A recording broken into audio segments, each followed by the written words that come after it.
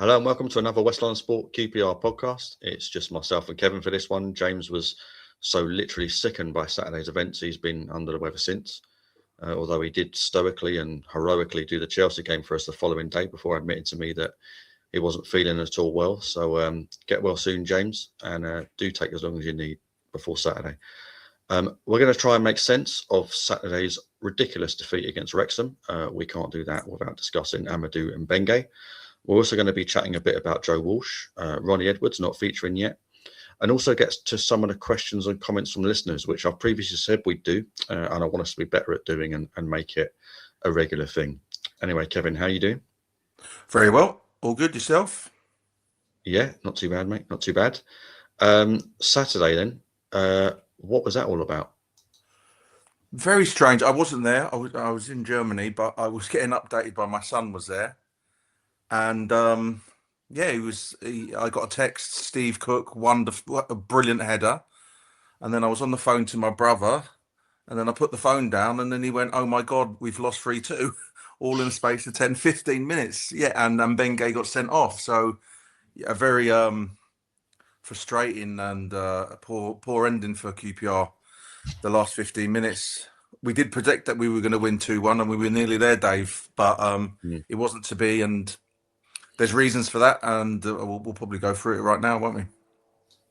Yeah, I mean, I think that the thing with that a game like that, Kev, is that we've seen Rangers win plenty of games that could have gone either way, haven't we? And Saturday could easily Yeah. have been one of those.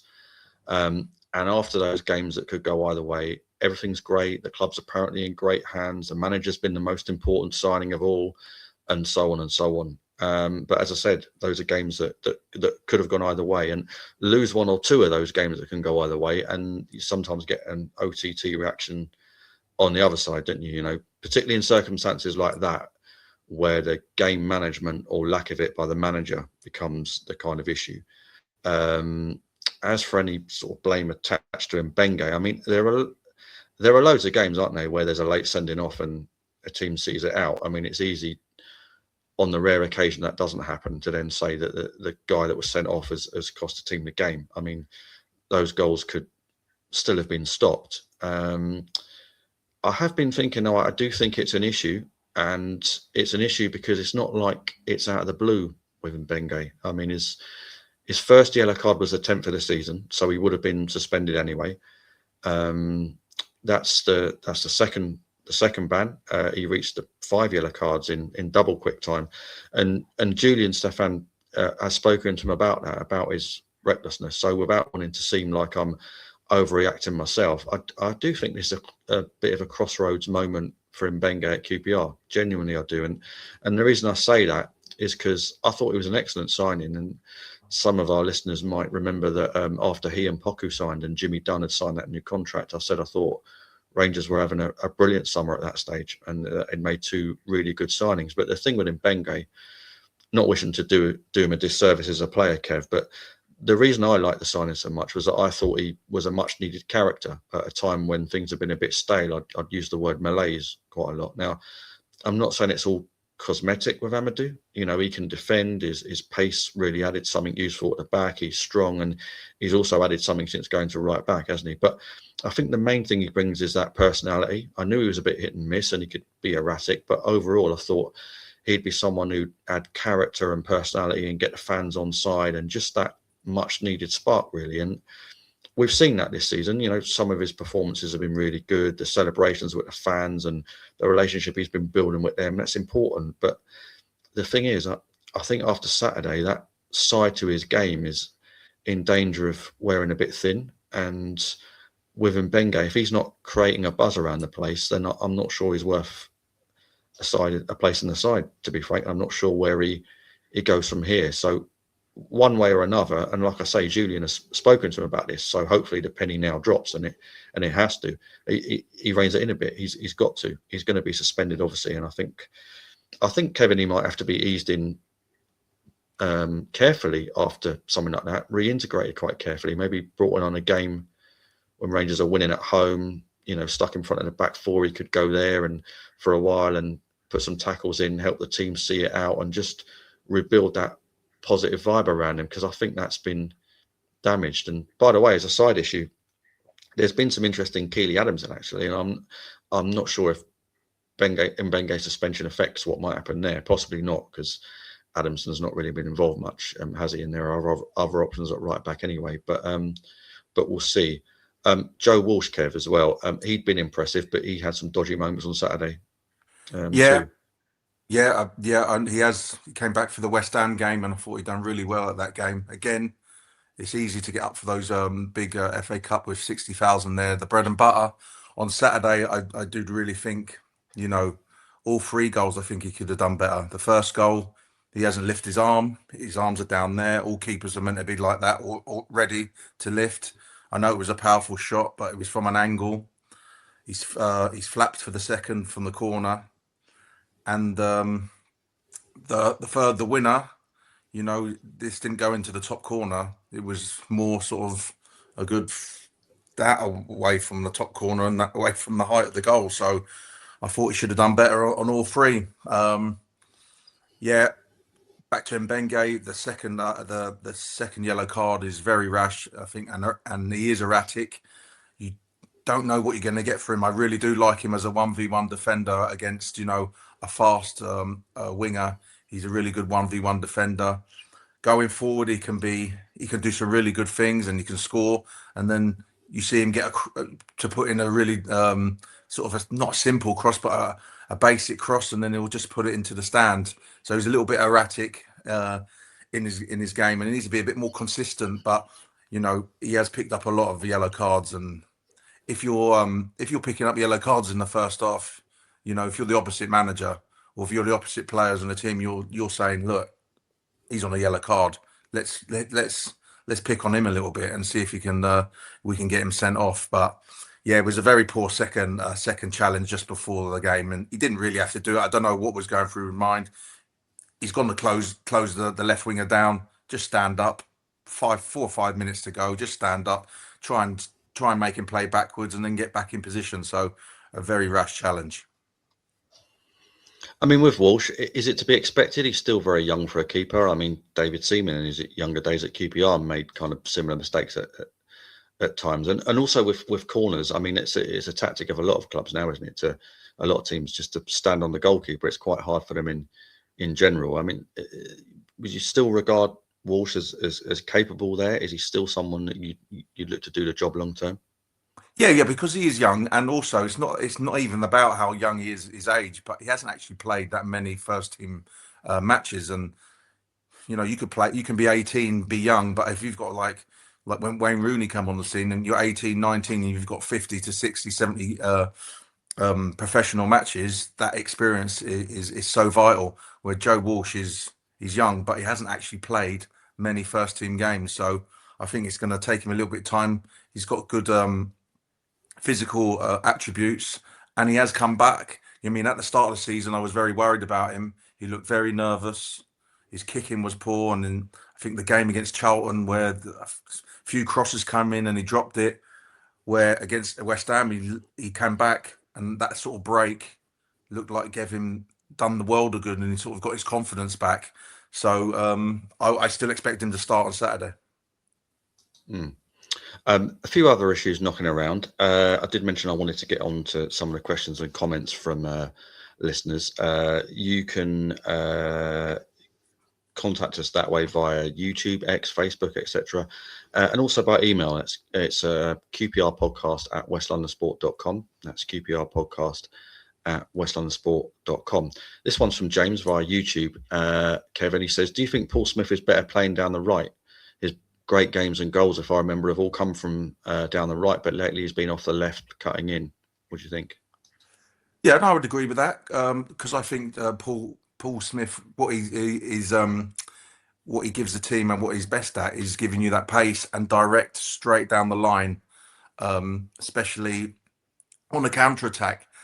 And also when he does go down the line and tries to get across it, that will help Kone. Do you know what I mean? We're going to talk about Kone, but I feel a bit sorry for Kone because our two wingers, and it's the trend now, and it will change. Just like there was no long throws about a year ago, now everyone's doing long throws. Everything changes, but you're left foot and you play on the right, and your right foot and you play on your left, and you come in and you shoot. where Coney really needs someone to go down the line and put some crosses in so he can attack it. That's what, and Paul Smith, I don't think he's got the technical ability really to play on the left and cut in and do that role. But when he plays on the right, he gives you pace, he stretches their defence, and he gets down the line and he can get crosses in, and he also can get corners and set piece and wins free kicks. He's very good at getting free kicks. So I would like to see that. Yes, I think he's better on the right than he's on the left. But then that's the manager's decision. Does he want to play Smith or Dembele at the moment? Richard also on YouTube says, is there not someone in the team who can knock a decent ball in the box? Maddison just chips it in and it rarely gets past the first man. Other teams look so dangerous on corners and free kicks, but we rarely threaten. Well, that's why that's a good question. Also, I mean, who's the team I see in the Premiership who's got the best, who scored the most goals from corners, or one of the top 2 or 3 is Arsenal. And the reason why that is because they've got the best set piece deliverer in Declan Rice from the left hand side when he's whipping the ball in. So there's always the case of, you've got big men in the box and who want to attack the ball, but if the delivery isn't right or the delivery isn't good enough, there's no point having those big men in the box. I mean, Ilias Chair was taking the corners for as well, and I was very critical, that he didn't beat the first man as well. Where Maddison, I think he beats the but he puts it in does put it a bit lofty. But what would you prefer, not beating the first man or just put it in an area and let the big men attack it? It's not necessarily scoring off the first header. It's winning the first header and then getting the second one. And that happened not last season, season before, where I think Jimmy Dunn won the first header a couple of times. I think Birmingham and Swansea away, and Steve Cook volleyed them in. But saying that, scored from a corner on Saturday. Steve Cook lost his man. Ball was delivered into the right area. Great ball in, and he's a lovely header. So, we haven't been as prolific. I mean, I was a great saying this about QPR when Cervantes was in charge, where at one stage we kept conceding from corners and we couldn't score a corner. And then towards the end of the season, he put Jimmy Dunn right back, put an extra header in the box, and we started scoring from corners and set pieces and stopped conceding. This season, we need to do a bit better on that one. Another issue has been one we've talked about before, Sam Field. We're both fans of Sam. Alan on YouTube says, why would we be looking to get rid of Sam Field? He's been a very consistent performer and is always willing to play out of position. Saw him at West Ham at left back, and he seemed to be comfortable with Bowen. Also offers some height. I mean, Sam Field, we've kind of been over, Kevin. I think from a football,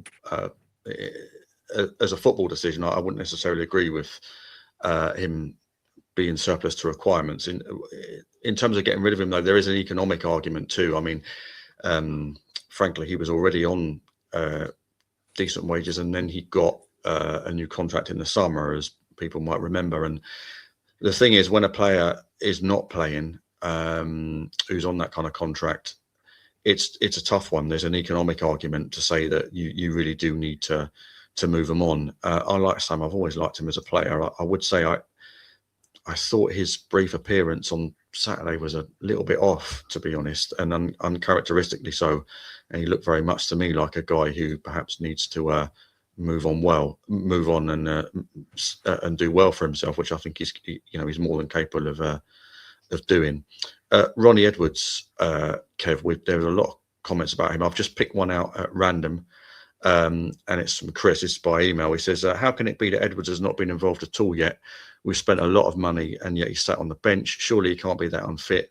We'd love to know your thoughts. Thank you, guys. Enjoy the podcast and the insight. Thanks, Chris. Let me tell you, though, not all comments are as kind as that, not by a long shot. One of the comments I saw about us after the last podcast, Kev, was a waste of sperm, no less. What can I say? To the person who said that, I'm sorry, sir, that you feel like you've wasted your sperm on us. You're no doubt choosing to crack one off while watching a different football podcast now. So sorry we've lost you. But anyway, back to someone who's, let's face it, never likely to be described as a waste of sperm, Ronnie Edwards. Before I come to you, Kev, just an alternative on that one was Stuart on YouTube. who says Edwards' time will come. I think it would be a bad example to a team when the defence is playing so well to drop one of the centre-backs to bring him in. I think it would take a rotation, injury or bad performance to bring him in. While we're doing well, you don't change it. Imagine if we did and he had a shocker.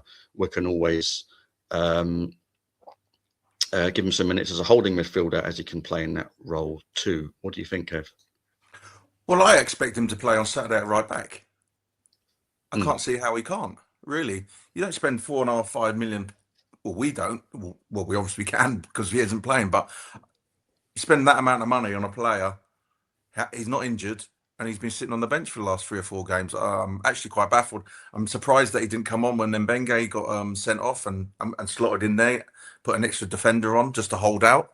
I thoroughly expect him to start at right back on Saturday. Regarding Sam Field, Sam Field obviously knows that he's surplus to requirements and that he's they're willing, QPR are willing to let him go, and when that happens, it's difficult to go onto the pitch and play when you know you're sort of not wanted, and it's not a nice feeling. But I think he's been a decent signing for us for the last 3 or 4 years, and I think he's been treated a little bit harshly. I think he should maybe have played on Saturday. But yeah, I agree. I do like Sam, Kev, as you know. I know you do too, and I'm pretty sure Edwards is going to be involved against Coventry as well. Justin Abikwa as well, against his former club, of course. Incidentally, Kev, Koki Saito is going to get past fit for that game, I think. Esquidina too. That's how it's looking at the moment. Anyway, we're recording this on Tuesday. So Saito back. Would you play him, Kev? And if so, where? Well, he's got to play. If he's fit, I'd play him, or at least be sub and to come on. I'd play him on the left. Harvey Vale played number 10, and the goal he scored was fantastic. Swivel volley, top corner. Yeah, excellent goal. Be very harsh for him to get dropped after scoring a goal like that. But I would expect Koki Saito to play left wing, and then it's sort of a decision for the manager: would he play Smith or Dembele on the right hand side? Talking of Harvey Vale, Vinny via email saying, what do you think Harvey Vale's best position is? Well, he's either in the number 10 position or he's on the right side wing position, coming in on his left foot, because he got a lovely left foot. We've seen him scored a few goals now. Curler into the top corner against, can't remember, in October or so, and then that lovely goal he scored just there. So yeah, he's got technique in his left foot, and you want someone on that, on that side coming in on their left. That's the fashion at the moment. But yeah, number 10 or right wing. Great goal, by the way. Easy to overlook that, given what then happened on Saturday. But that was a hell of a goal. This one doesn't have a name. Well, obviously he does have a name. It's just not on the email. Would you consider trying to sign Reece Norton Davis permanently, Kev? He's done well. He's done well. He's a steady Eddie. I think he's a 6, 7 out of 10 every week. Left back, knows the position. You need those players. The only question is he doesn't seem to be able to play 3 games in a week, and as we know, that 3 games in a week comes around pretty much every 6 weeks, after every before and after every international weekend.